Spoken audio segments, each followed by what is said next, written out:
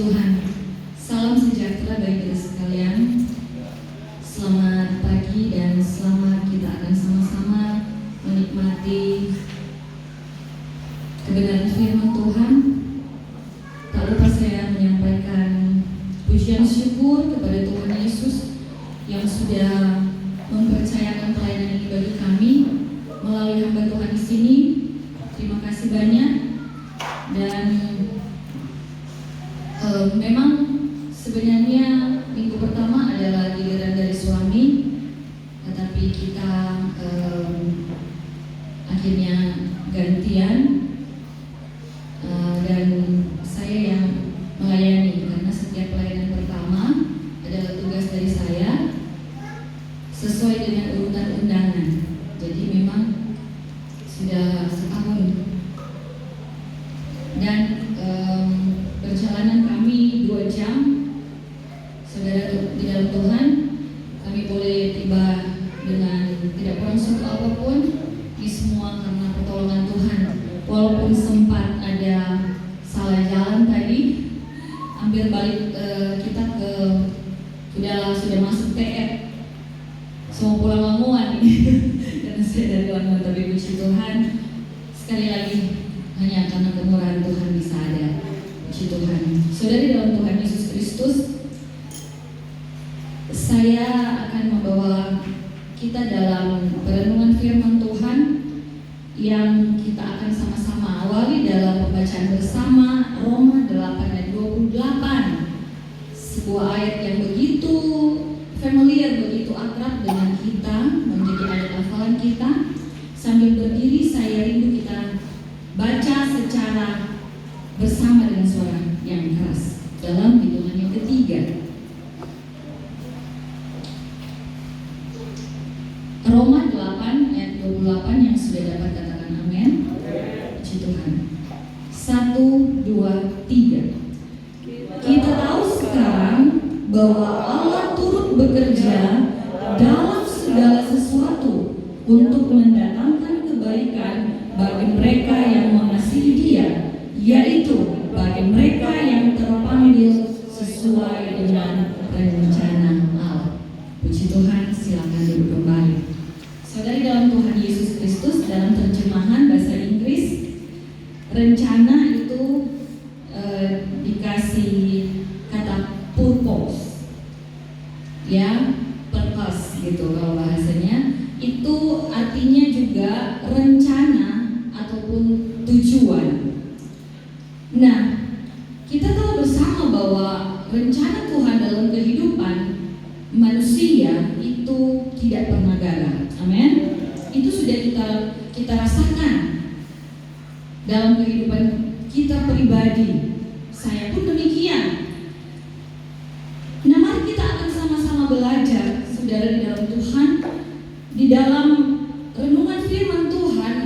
Kali ini saya beri judul sudah dipersiapkan Tuhan. Saya akan awali dalam sebuah kisah. Kita tadi pembacaan pertama, tetapi kita akan melihat sebuah kisah di dalam Alkitab.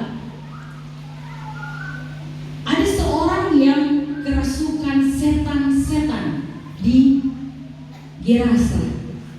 Itu di dalam kitab Matius 8 ayat 28 sampai 34, Markus 5 ayat 1 sampai 21, Lukas 8 ayat 26. Enggak ayat yang terakhir. Nah, di bagian ketiga kitab ini memang ada perbedaan tempat. Matius menulis Gadara, sementara penulis yang lain bilang Gerasa. Jadi pertanyaan, kok kenapa berbeda tempat ini? Ternyata kemudian saudara, ketika saya melihat referensi dalam referensi yang saya dapatkan bahwa ternyata Gadara itu ibu kota dari provinsi Romania, Perea, sementara Gerasa itu bagian dari Gadara. Jadi mungkin kalau bisa dikatakan, kalau saya contohkan Lamongan itu bagian dari Manado, sehingga orang Lamongan bisa juga disebut orang Manado, ya. Nah, saudara dalam Tuhan Yesus Kristus, Matius adalah orang yang menulis kisah ini, dan dia juga sebagai saksi hidup karena dia adalah bagian dari 12 murid Yesus. Sementara Markus dan Lukas itu mendapat informasi dari saksi-saksi mata yang lain dan juga dari sumber-sumber yang lain. Nah, kita akan memperdalam apa yang saya sudah berikan judul tadi, sudah dipersiapkan Tuhan. Bagian yang pertama, mari kita lihat Bapak Ibu, di dalam Matius 8 ayat 28, firman Allah bilang begini, setibanya di seberang, yaitu di daerah orang Gadara, datanglah dari pekuburan 2 orang yang kerasukan setan menemui Yesus. Mereka sangat berbahaya sehingga tidak seorang pun yang berani melalui jalan itu. Matius betul adalah saksi yang melihat dengan mata kepala sendiri. Tetapi dia tidak, kalau kita baca selanjutnya, dia tidak secara detail menceritakan orang-orang ini. Hanya menyebut ada 2 orang.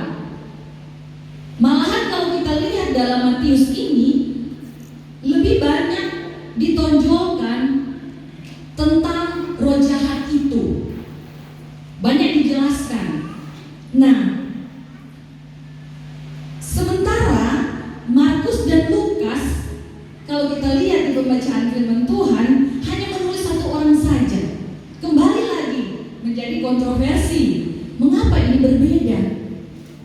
Saudara di dalam Tuhan Yesus Kristus, ketika saya mempersiapkan pelayanan, ini adalah pelayanan yang sebenarnya saya punya waktu yang banyak dalam 1 minggu, ya.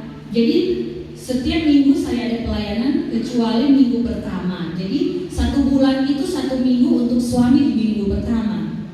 Jadi karena ini Februari, saya awali dengan saya yang mengambil jadwal yang pertama, minggu pertama. Nanti minggu kedua suami, dan minggu selanjutnya saya kembali lagi ambil bagian. Minggu lalu saya juga mempersiapkan pelayanan di tengah kesibukan. Di hari Sabtu malam baru saya siap, padahal besoknya pelayanan. Hari-hari ini dalam minggu ini kembali untuk mempersiapkan pelayanan di sini, saudaraku. Saya tetap bergumul kepada Tuhan, Tuhan, apa sebenarnya yang ingin Engkau sampaikan di jemaat Elsadai di Wailam. Kemudian kemarin atau Jumat malam, ya, Tuhan bawa saya kepada rahasia firman Tuhan yang akan saya bagikan. Mengapa Matius menulis 2, Markus dan Lukas menulis 1 orang? Mengapa harus ada perbedaan? Kenapa antara penulis itu tidak sama? Alasannya,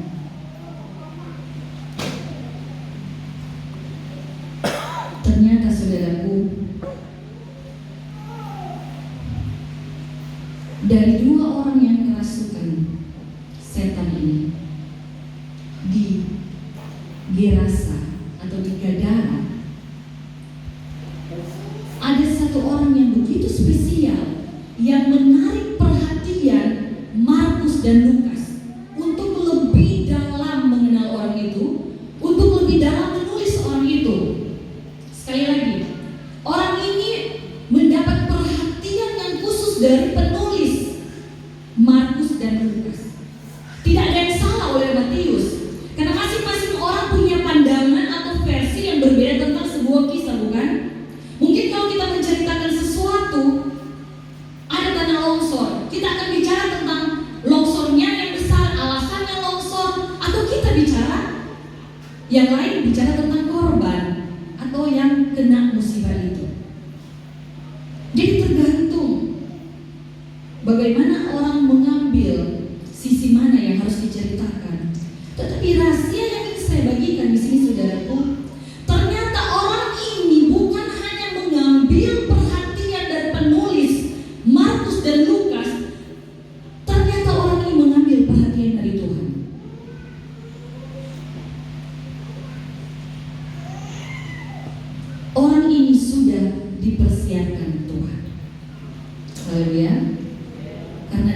orang yang harusnya ada di tempat itu sama-sama kerasukan seperti apa yang ditulis Matius, hanya satu yang spesial yang dipilih Tuhan.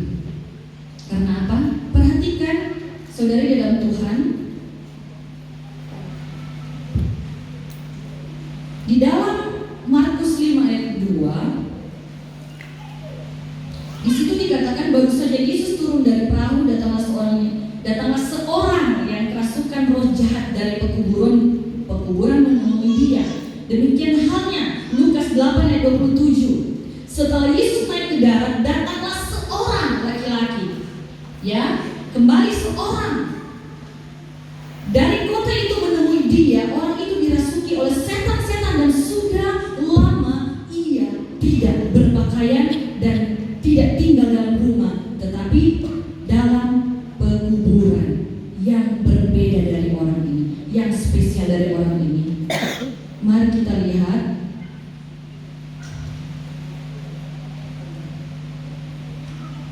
Markus 5 ayat 7. Dan dengan keras dia berteriak, "Apa urusanmu dengan aku, hai Yesus anak Allah yang maha tinggi? Demi Allah jangan siksa aku." Jadi ternyata saudara, ada sebuah pengakuan secara pribadi, ya. Ini keluar dari mulut orang yang kerasukan, satu orang yang kerasukan tadi. Dan kalau kita kembali dalam Markus 5 ayat 6, di situ ia melihat Yesus dari jauh, berlarilah ia mendapatkannya lalu menyembahnya. Orang ini begitu mendapat perhatian dari Yesus, karena ternyata sebelum Yesus datang menjumpai dia secara face to face, berhadapan muka, tadi dia sudah kenal siapa orang itu, sehingga dia berlari mendapatkan Yesus. Dan bahkan firman Tuhan katakan menyembahnya. Kalau Lukas 8 ayat 28, tersungkur di hadapan Yesus. Haleluya. Saudara bisa mengerti alasan Tuhan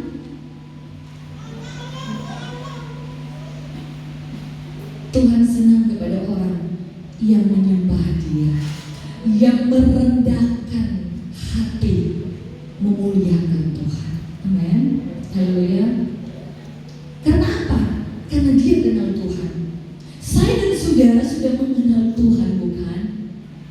Mungkin dari kecil kita sudah orang Kristen, sudah orang GPDI, sudah tahu Tuhan itu.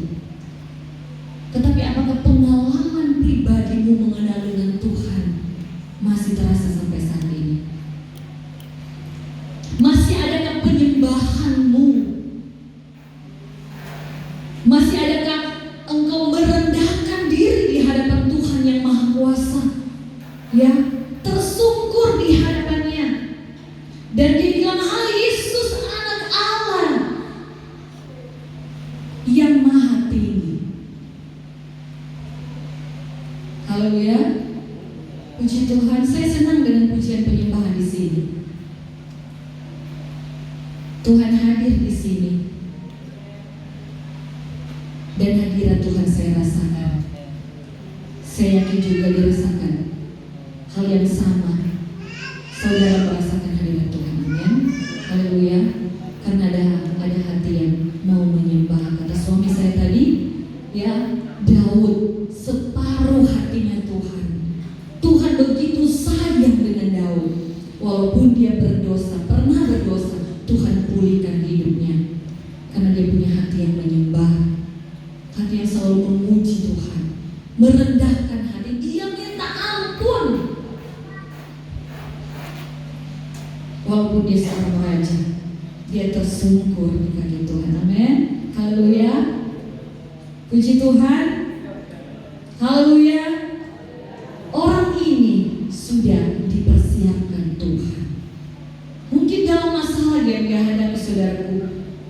Dan bahkan cerita firman Tuhan, kisah ini sangat tragis. Dia dirasuk oleh setan.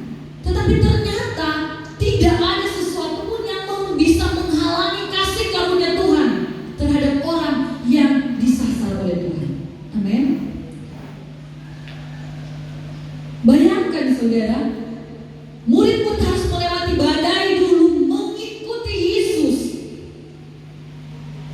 yang ternyata di seberang itu, setelah mereka menyeberang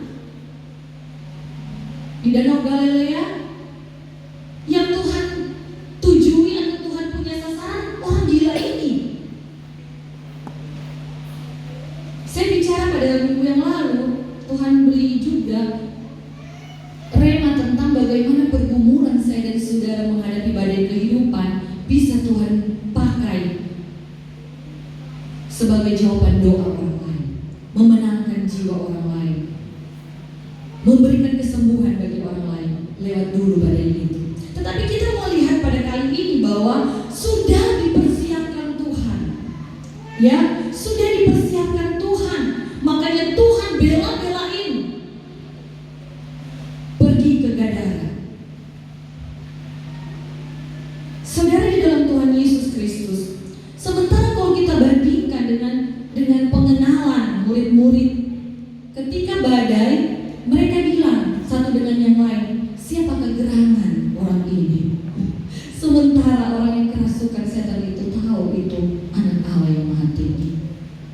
Jangan saya dan saudara sudah sekian lama menjadi orang Kristen, sudah sekian lama jadi jemaat GPDI, tapi belum kenal Tuhan secara pribadi. Nanti ada masalah yang Tuhan izinkan, baru kita kenal. Makanya bersyukurlah saudara, bisa lewat masalah kehidupanmu, Tuhan mau membawa engkau lebih dalam mengenal Tuhan. Haleluya. Yang ada masalah angkat tangan. Masih malu dalam hati. Puji Tuhan. Tuhan pasti akan memberikan jalan keluar bagi kita. Puji Tuhan saudara dalam Tuhan Yesus Kristus. Mari kita lihat sebuah kisah lagi yang menceritakan tentang sebuah pengalaman pertemuan dengan Tuhan. Sebuah pertemuan antara Tuhan Yesus dan perempuan Samaria di sumur Yakub. Saudara, di dalam Yohanes 4 ayat 1 sampai 42. Ya. Kita lompat ayat 5. Di dalam Yohanes 4 ayat 1 sampai 45 ini bicara tentang seorang perempuan yang sudah 5 kali punya suami. Terus yang sekarang lagi yang keenam itu bukan suaminya dan bertemu dengan Tuhan di tengah hari. Nah, kalau kita menghubungkan dengan Matius 10 ayat 5, di sana Yesus bicara dan berpesan kepada murid-muridnya, janganlah kamu menyimpang ke jalan bangsa lain atau masuk ke dalam kota orang Samaria.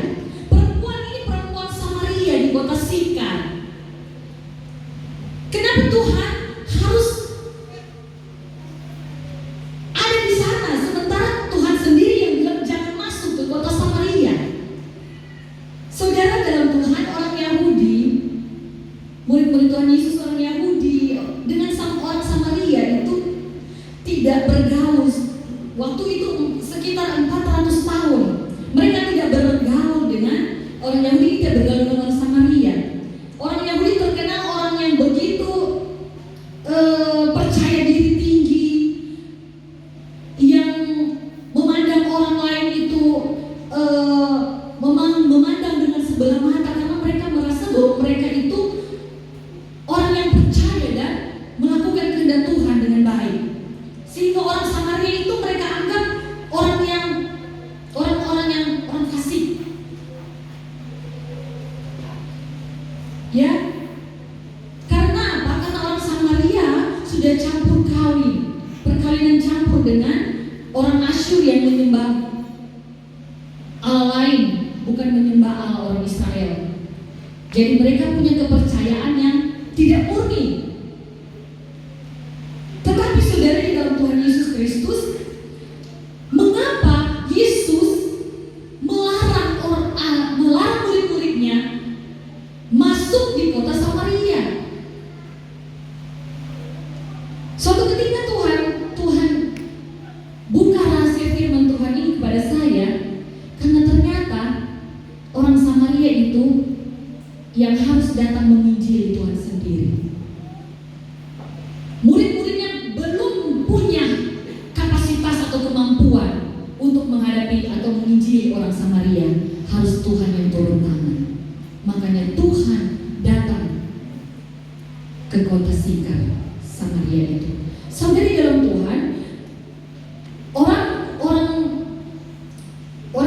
itu kalau mau ke Galilea, dia harus melewati Yudea, menyeberang sungai Yordan, kemudian ke Galilea. Itu makan waktu 6 hari. Bayangkan, saking gengsinya mereka untuk bertemu dengan orang Samaria, mereka lebih memilih 6 hari perjalanan daripada 3 hari perjalanan melalui Samaria.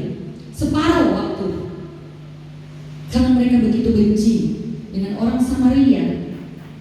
Tetapi saudara, di dalam kasih Tuhan Yesus Kristus, di dalam Yohanes 4 ayat 4, di situ dikatakan firman Tuhan harus berjalan melalui Samaria. Yesus harus berjalan melalui Samaria. Di dalam bahasa atau di dalam tulisan asli Alkitab ada kata yang harusnya ada di situ, kata tetapi.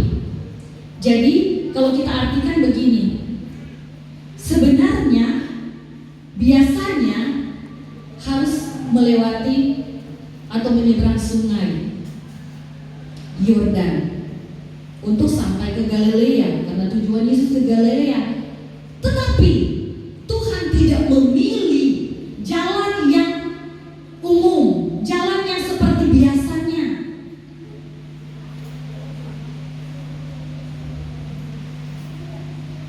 Karena orang Yahudi berjalan itu di jalan yang biasa untuk menghindari orang Samaria, tetapi Yesus ingin mencari orang Samaria. Saudara, di dalam Tuhan Yesus Kristus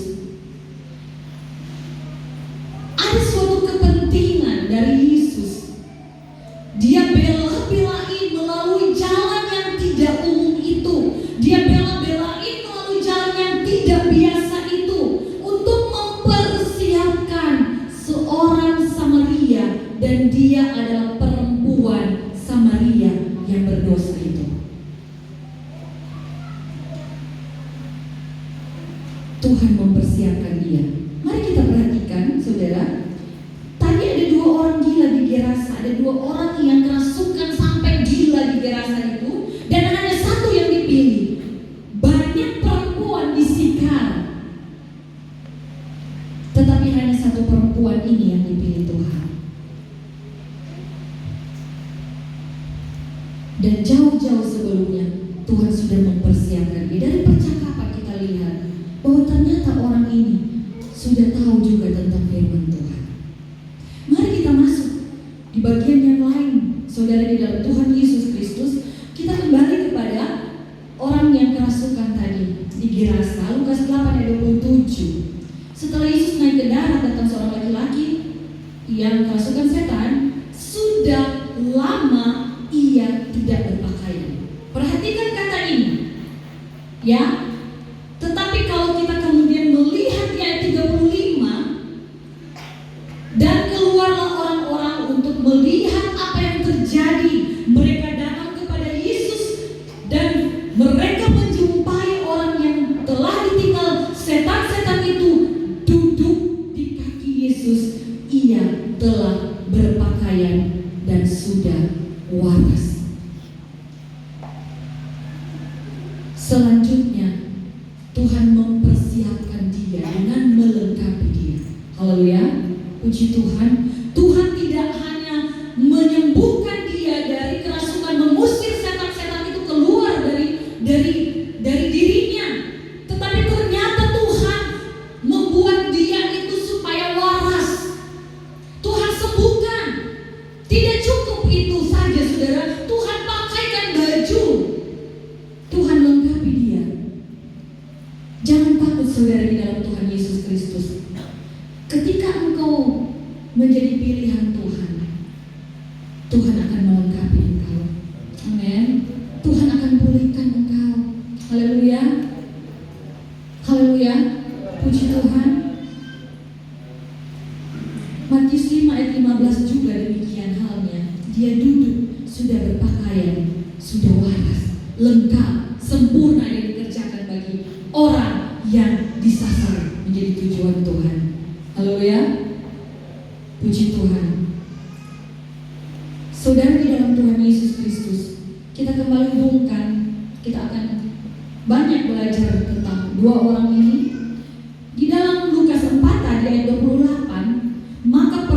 itu meninggalkan tempayannya di situ, lalu pergi ke kota dan berkata kepada orang-orang yang di situ, ya, dia pergi kepada orang-orang yang di situ. Padahal sebelumnya kita sama-sama tahu cerita ini, atau kalau belum tahu bisa lihat dalam pembacaan firman Tuhan nanti di rumah, bahwa dia itu menghindari orang banyak, dia malu dengan keadaannya, dia malu dengan dosanya. Orang yang berdosa itu biasanya menjadi malu. Kalau masih ada perasaan, ada orang yang berdosa, saudara tahu malu, saudaraku.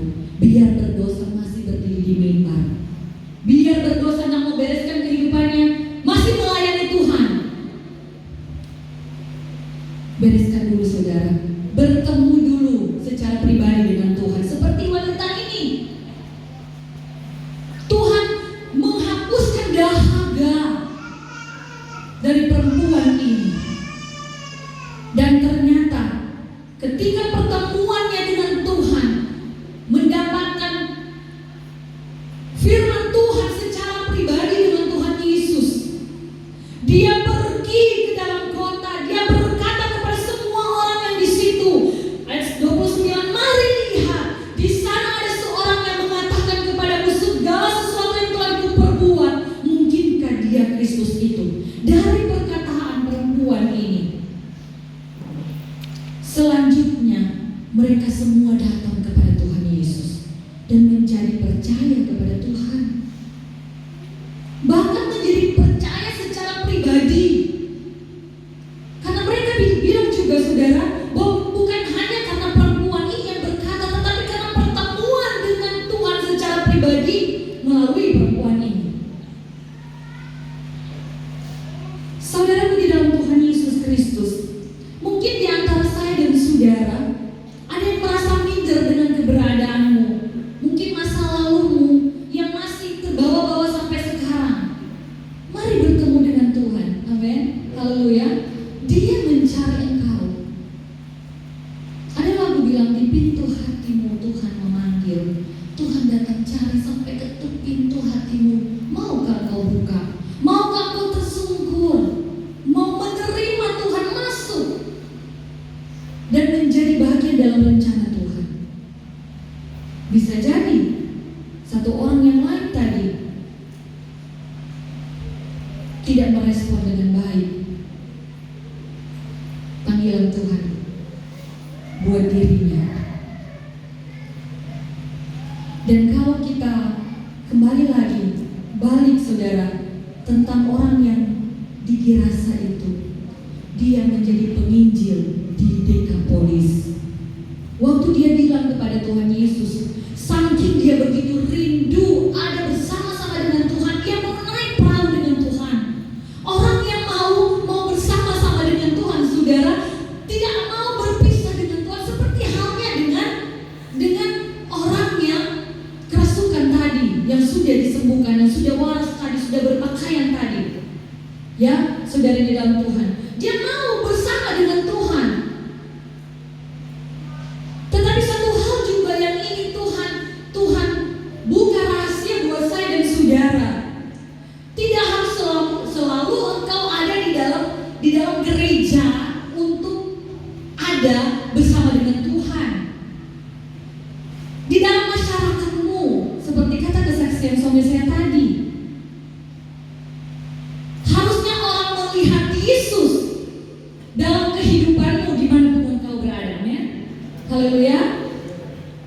Orang bertemu dengan Yesus ketika melihat pergaulanmu, melihat sikap karakter kita, perkataan kita, tindakan kita. Amin. Haleluya. Tuhan bilang apa ke dia? Oh, tak perlu engkau ada bersama dengan aku. Tidak usah ikut. Ada tugas penting untukmu. Ceritakan kepada semua orang apa yang aku lakukan kepadamu. Saudara di dalam Tuhan Yesus Kristus, tidak selama-lamanya ketika kita mendapatkan sebuah apa yang dinamakan dengan mujizat atau jawaban doa, seperti kisah-kisah yang lain, Tuhan bilang tutup.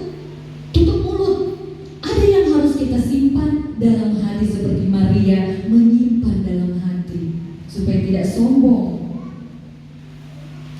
Ada yang harus kita sampaikan. Dan itu tergantung dengan tujuan Tuhan dalam hidup saya dan saudara. Tetapi semuanya untuk kemuliaan nama Tuhan. Amin. Haleluya. Kali ini Tuhan bilang sampaikan. Saya waktu baca ini, loh, berbeda ya.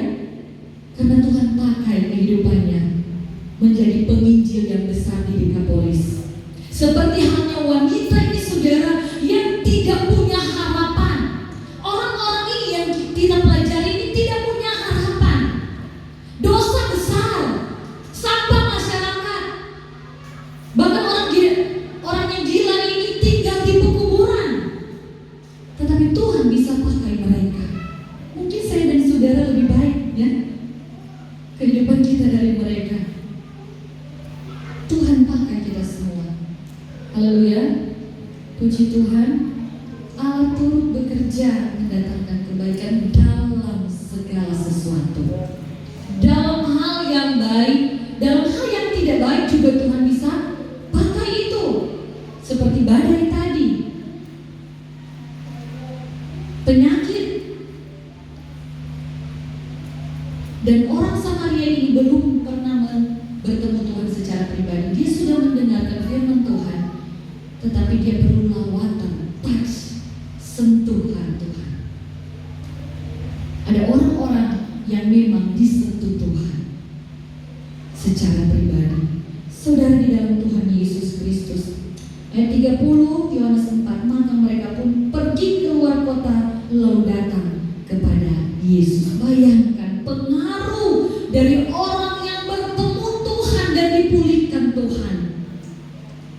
Mereka tidak melihat lagi wanita ini berdosa, yang dulu dikucilkan, dulu yang tidak dipercaya. Mau percaya bagaimana orang berdosa begitu saudara? Tetapi ketika dia bertemu dengan Tuhan, apa yang dia sampaikan itu adalah perkataan-perkataan firman.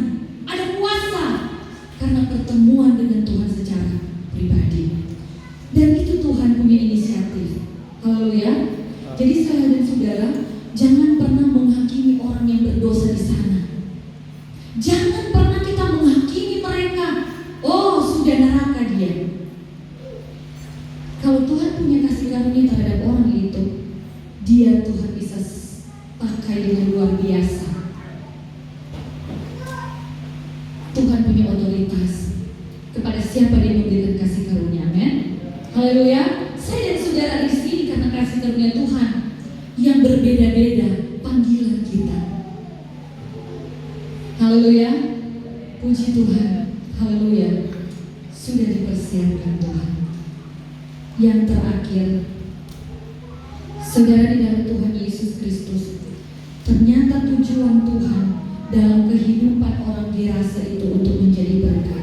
Ternyata ada tujuan Tuhan bagi perempuan ini untuk menjadi penginjil di Samaria.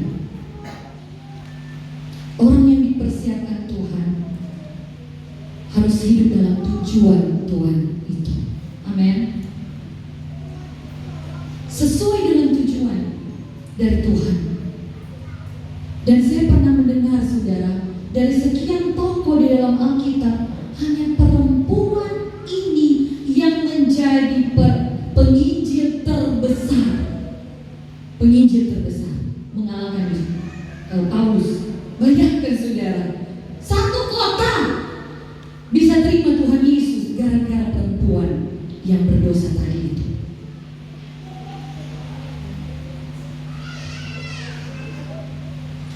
Haleluya. Puji Tuhan. Haleluya. Yohanes 4 ayat 32 sampai 34. Akan tetapi ia berkata kepada mereka, padaku ada makanan yang tidak kamu kenal. Maka murid-murid itu berkata seorang kepada yang lain, adakah orang yang telah membawa sesuatu kepadanya untuk dimakan? Kata Yesus kepada mereka, makananku ialah melakukan kehendak Dia yang mengutus aku dan menyelesaikan pekerjaannya. Apa itu saudara? Apa itu makanan dari Tuhan Yesus? Melakukan kehendak Dia yang mengutus aku.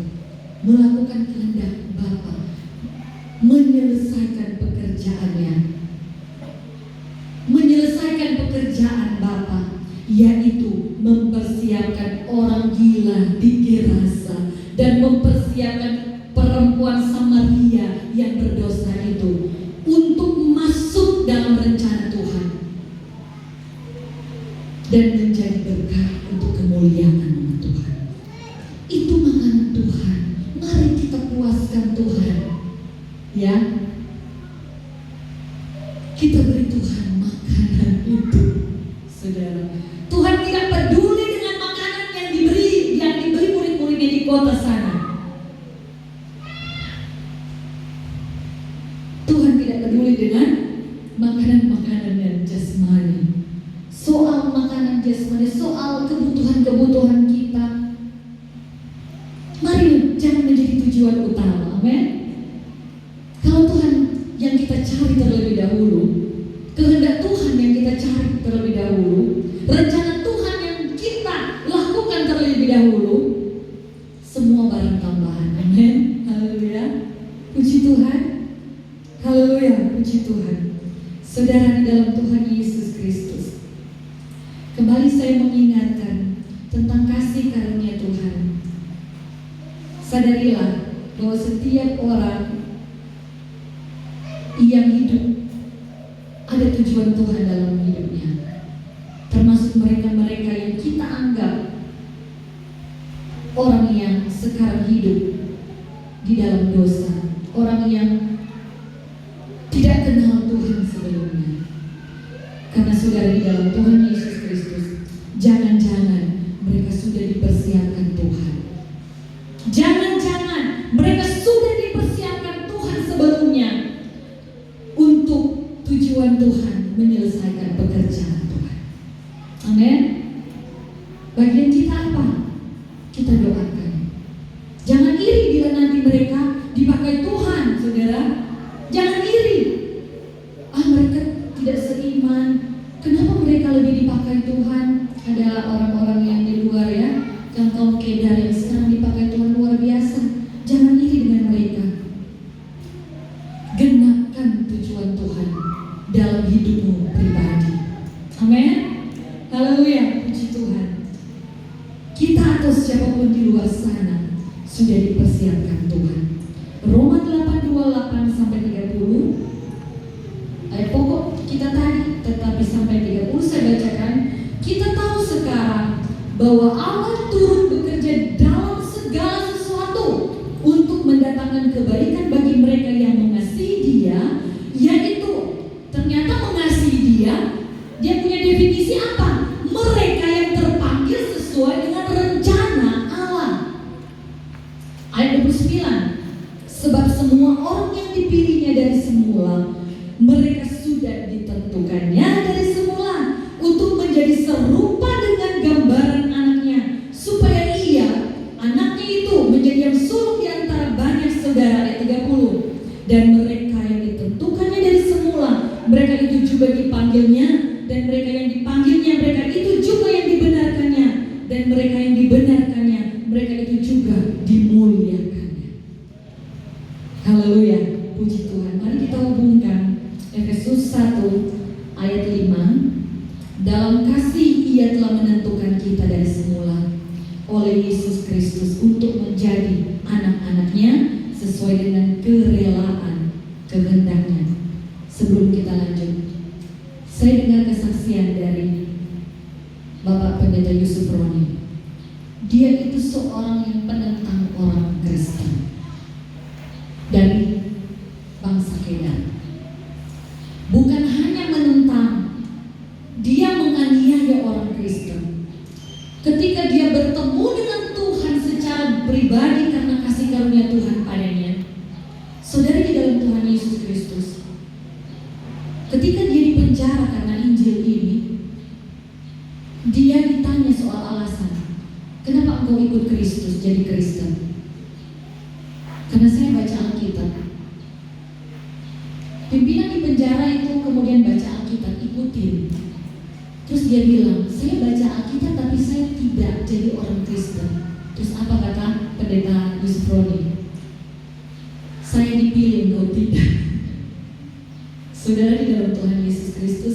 masih banyak di luar sana yang belum dipilih bagian kita untuk menyampaikan kabar baik itu. Amin.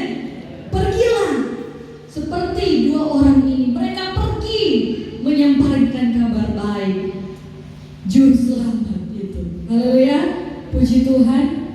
Haleluya. Karena Tuhan punya cara, Bapak Ibu, kasih karunia semua itu buat orang, tetapi pertemuan dengan kasih karunia itu ada orang-orang tertentu yang secara pribadi disentuh Tuhan langsung. Ada yang harus disentuh dengan orang lain, karena Tuhan punya cara kerja itu mau memakai kita. Amin. Bekerja sama, turut bekerja. Puji Tuhan. Ayat 6 Efesus 1, supaya terpujilah kasih karunia yang mulia yang dikaruniakannya kepada kita di dalam Dia yang dikasihinya. Kita lompat ayat 11. Aku katakan di dalam Kristus, karena di dalam Dialah kami mendapat bagian yang dijanjikan. Kami yang dari semula ditentukan untuk menerima bagian itu sesuai dengan maksud Allah yang di dalam segala sesuatu bekerja menurut keputusan kehendaknya. Ini kita sampaikan juga. Amin. Haleluya. Puji Tuhan. Di dalam Kristus saja. Saya tutup dengan satu kesaksian lagi, dan kesaksian ini adalah kesaksian dari suami saya. Sebelum bertugas di Manado, beliau bertugas di Timur Timur. Ya, suatu ketika sebagai dokter ada panggilan malam-malam bahwa ada seorang yang akan melahirkan, seorang ibu melahirkan, tapi proses kelahirannya begitu sukar, jadi memerlukan dokter untuk membantu. Dan suami bersama dengan tentara yang mengawal dan juga beberapa tenaga medis, perawat itu pergi dengan ambulans. Di tengah jalan, singkatnya, kendaraan itu mogok karena sesuatu. Dicoba diperbaiki, tidak bisa berhasil, sampai mereka dengar bahwa ibu ini sudah melahirkan. Ketika dengar sudah melahirkan, malah mobilnya jadi.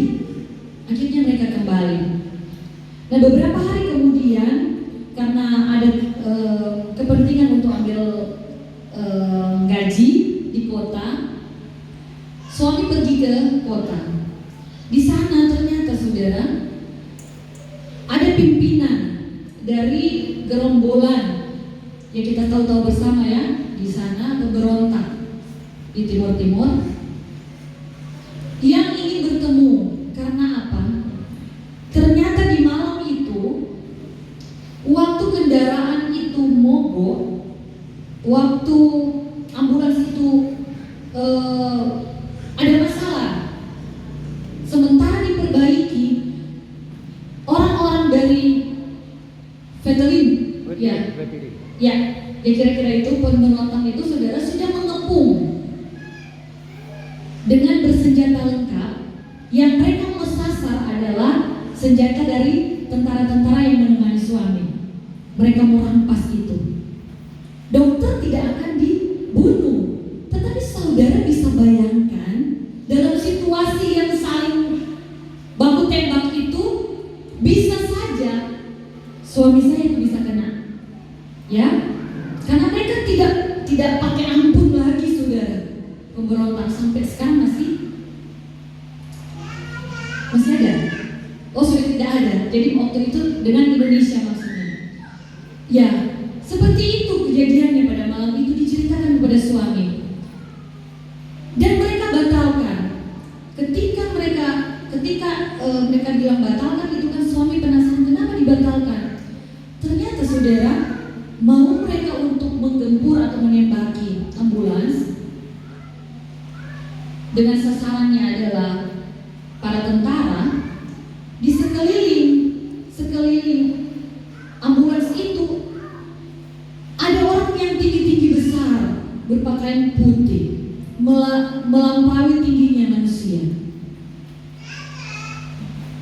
itu hanya sebagai berkeliling sampai mereka takut, mereka langsung masuk lagi ke hutan, tidak jadi menembaki ambulans. Waktu cerita ini pertama suami dengar tidak ada masalah, tidak ada satu kesan, oh, oke, berarti saya selamat. Setelah ada di Manado dalam pelayanan, baru suami saya sadar ayat yang kita bacakan tadi. Ya, Roma 8 ayat 28. Kita tahu sekarang Allah turut bekerja dalam segala sesuatu untuk mempersiapkan suami saudara. Ini menjadi kesaksian yang luar biasa.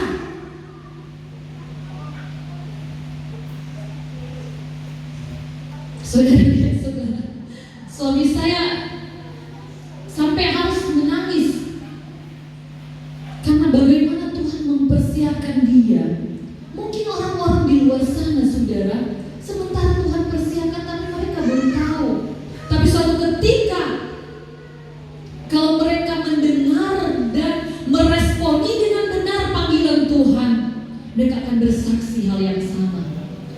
Sekarang saya tahu Allah turut bekerja dalam segala sesuatu di waktu yang lalu pun di hari ini untuk menjadi kesaksian di hari yang akan datang. Kita tahu sekarang Allah turut bekerja. Amin. Haleluya. Sudah dipersiapkan Tuhan. Amin. Puji Tuhan. Haleluya. Puji Tuhan. Jadi saya masuk di dalam bagian kesimpulan. Kalau ada masalah kepada orang lain, ada sesuatu yang mungkin kita anggap tidak normal, tidak baik, jangan dihakimi. Karena jangan-jangan dia sudah dipersiapkan Tuhan. Dan orang yang dipersiapkan Tuhan pertama sudah dipilih. Daud, Paulus misalnya. Yang kedua, pasti dipulihkan dan dilengkapi. Perhatikan orang dirasa tadi. Siapa yang kasih dia jubah? Siapa yang kasih dia baju? Hanya guru yang pakai baju rangkap. Waktu itu Yesus sebagai guru, jubah yang dia pakaikan kepada orang biasa. Amin. Tuhan pulihkan dan Tuhan lengkapi. Dan yang ketiga, sudah dipersiapkan Tuhan karena ada tujuan Tuhan, ada maksud Tuhan kepada setiap pribadi. Tuhan Yesus